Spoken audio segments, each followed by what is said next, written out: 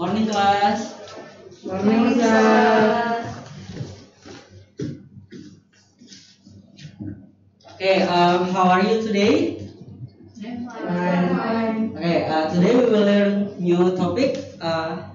The newest topic we will learn is about math. But before we start, let's begin this learning with pray, and the prayer will be led by Elvi. Please, Elvi, start with pray.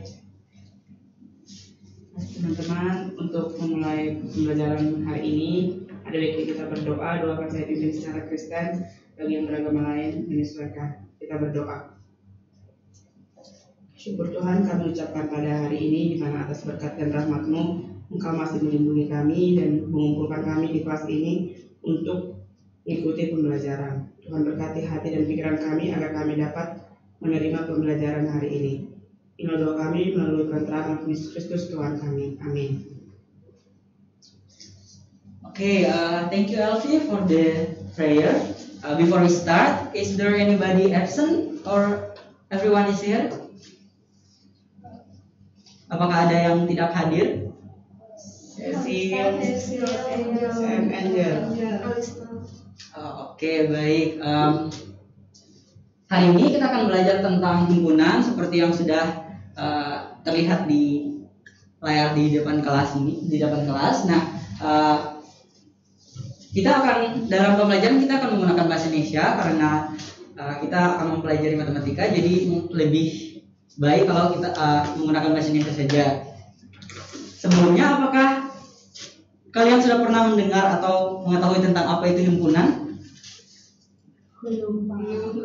Oke, nah karena keseluruhan belum tahu dan belum pernah mendengar apa itu himpunan, sehingga dalam pembelajaran ini tujuan akhir kita adalah kalian akan mengetahui apa itu himpunan secara umum maupun dalam matematika. Kemudian kalian akan mampu memberikan contoh dan bukan contoh tentang apa itu himpunan. Nah, sebelum masuk ke dalam apa sih himpunan itu, teman-teman siapa di sini yang sudah pernah pergi ke kebun binatang? Saya. Nah, kalau di Jogja kebun binatang yang paling terkenal itu Gembira Lokazu ya. Nah, saya juga sudah pernah pergi ke sana. Jadi kita akan menggunakan contoh ini untuk membuat teman-teman mengerti tentang apa itu himpunan. Nah, kalau di kebun binatang itu seperti yang terlihat di gambar ini, dalam kebun binatang itu dibagi per wilayah-wilayah. Nah, setiap wilayah itu ada wilayahnya disebut taman reptil, terus ada juga yang disebut sebagai taman unggas, dan juga ada yang wilayah khusus untuk hewan mamalia. Nah, teman-teman tahu nggak kenapa dibagi per wilayah di dalam kebun binatang tersebut? Ada yang bisa memberikan alasan? Vero mungkin? Kenapa dibagi per wilayah dan dinamakan seperti itu?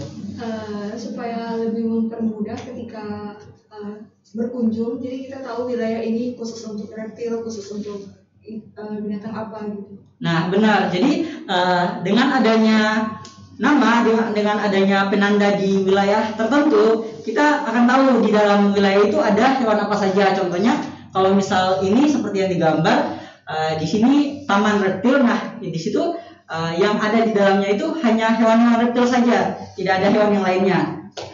Seperti contohnya ular ataupun tokek. Nah, selain itu apabila di taman unggas, maka di dalam tamannya itu, di dalam area itu hanya ada unggas saja, tidak ada hewan-hewan lainnya. Nah, unggas itu seperti burung merpati, kasuari dan sebagainya. Nah, dengan penjelasan tadi kita akan melanjutkan kepada apa itu himpunan. Nah, di sini himpunan secara umum itu dijelaskan bahwa merupakan kumpulan benda atau objek-objek yang telah diartikan atau didefinisikan secara jelas. Nah, maksud dari didefinisikan atau diartikan secara jelas ini adalah seperti yang kita sudah bahas sebelumnya. Nah, kalau di kebun binatang itu kan ada yang namanya taman reptil. Di situ tuh khususnya kumpulan hewan-hewan reptil saja. Nah, berarti kita sudah tahu kalau di dalam taman itu hanya ada hewan reptil, tidak ada hewan yang lain. Nah, itu adalah maksud dari didefinisikan dengan jelas. Jadi pada saat orang-orang mendengar, oh itu taman reptil, berarti di dalamnya tidak mungkin ada burung, tidak mungkin ada harimau, di dalamnya pasti ada ya hewan yang termasuk dalam jenis reptil. Nah, kalau misal contohnya taman hewan mamalia, kira-kira di dalamnya itu ada hewan apa saja? Angel mungkin salah satu contoh hewan mamalia. Oke, gajah. Terus apa lagi hewan mamalia? Paus. Oke, ya, paus. Ikan paus termasuk dalam jenis hewan mamalia. Jadi dalam suatu kumpulan benda atau objek disebut himpunan kalau memiliki pengertian atau definisi yang jelas, seperti contohnya tadi yang sudah disebutkan. Ada yang bisa berikan contoh salah satu jenis himpunan? Elvi mungkin?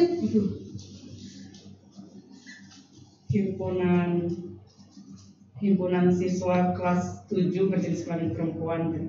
Nah, ya.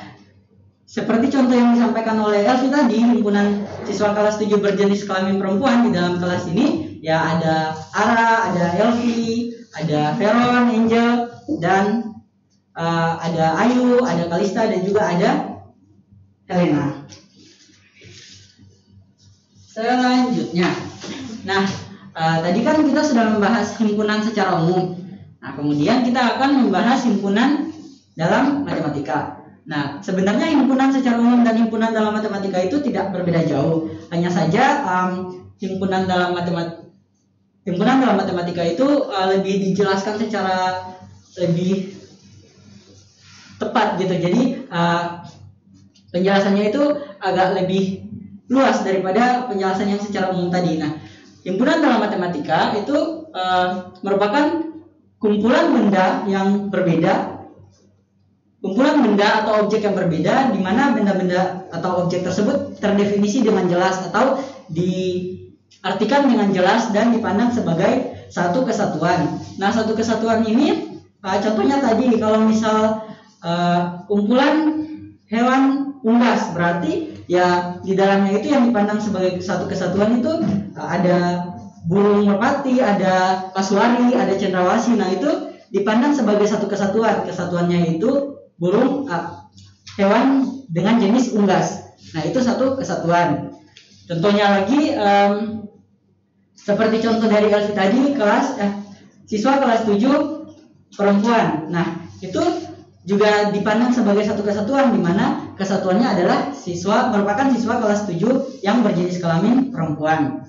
Nah, kemudian apabila sudah diartikan dengan jelas, maka kita bisa tahu anggota dari himpunan itu apa saja. Jadi dengan adanya definisi, dengan adanya tadi seperti yang dijelaskan bahwa hewan jenis unggas, atau dengan adanya siswa kelas 7 berjenis kelamin perempuan, kita sudah bisa tahu atau kita sudah bisa mengetahui, oh kalau himpunan hewan berjenis unggas ini anggotanya apa saja. Terus himpunan siswa kelas 7 berjenis kelamin perempuan ini anggotanya apa saja.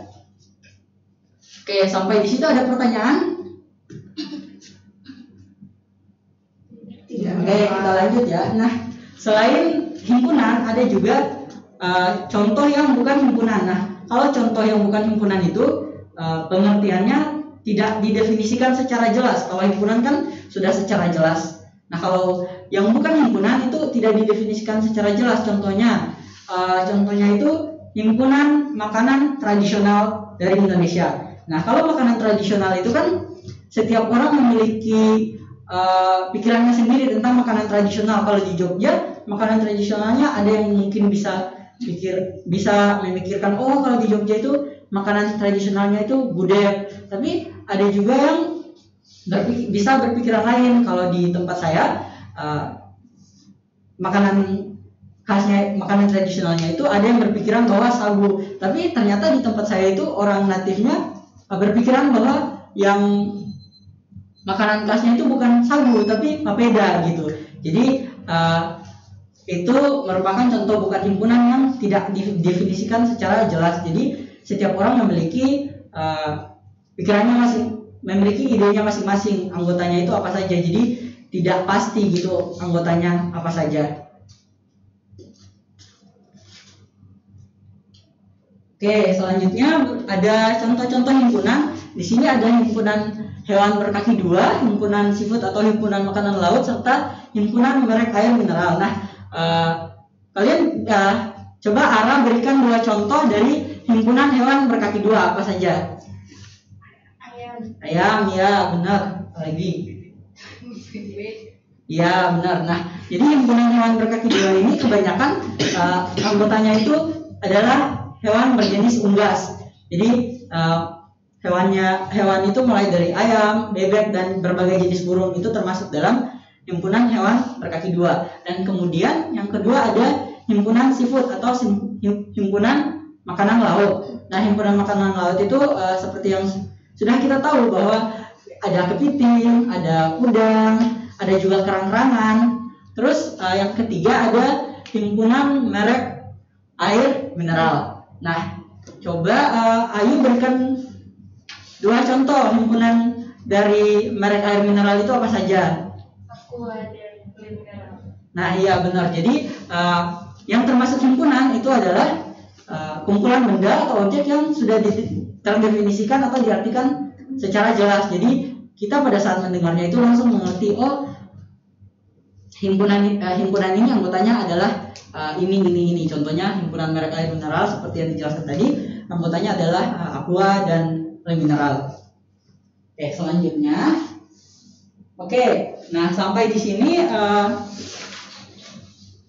pembelajaran kita pada hari ini. Sebelum pembelajaran ini diselesaikan, saya akan membagi tugas terlebih dahulu. Tugas akan dikerjakan secara kelompok dengan satu kelompok terdiri dari 2 orang, teman-teman. 2 orang. Jadi dikerjakan di rumah ya.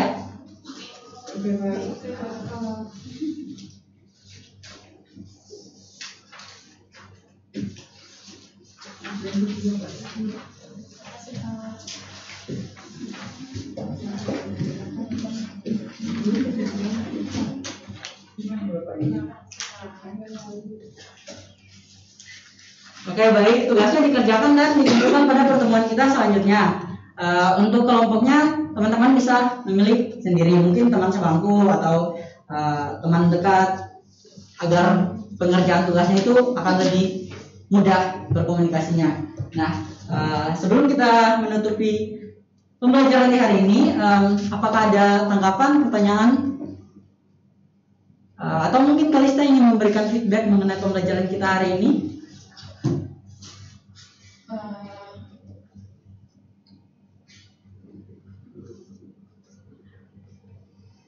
Pada hari ini saya jadi tahu gimana cara menghimpun suatu hal, misalnya melihat dari kategorinya, entah itu dari kategori sifatnya atau kategori ciri-cirinya dan lain sebagainya, mungkin gitu.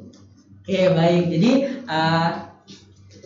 seperti yang sudah kita pelajari, jadi himpunan itu, kita dalam membuat suatu himpunan itu tidak boleh hanya sembarang saja mengumpulkan benda atau objek ke dalam satu himpunan. Kita harus memberikan pengertian atau memberikan definisi secara jelas, sehingga pada saat orang lain mendengar bahwa oh itu adalah himpunan, misalnya himpunan barang A, mereka sudah memiliki ide bahwa oh anggotanya adalah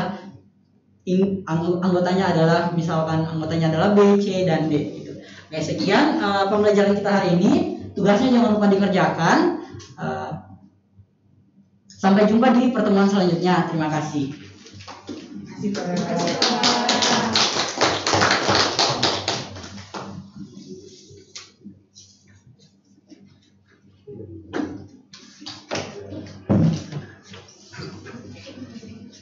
Jadi bisa kita lihat dari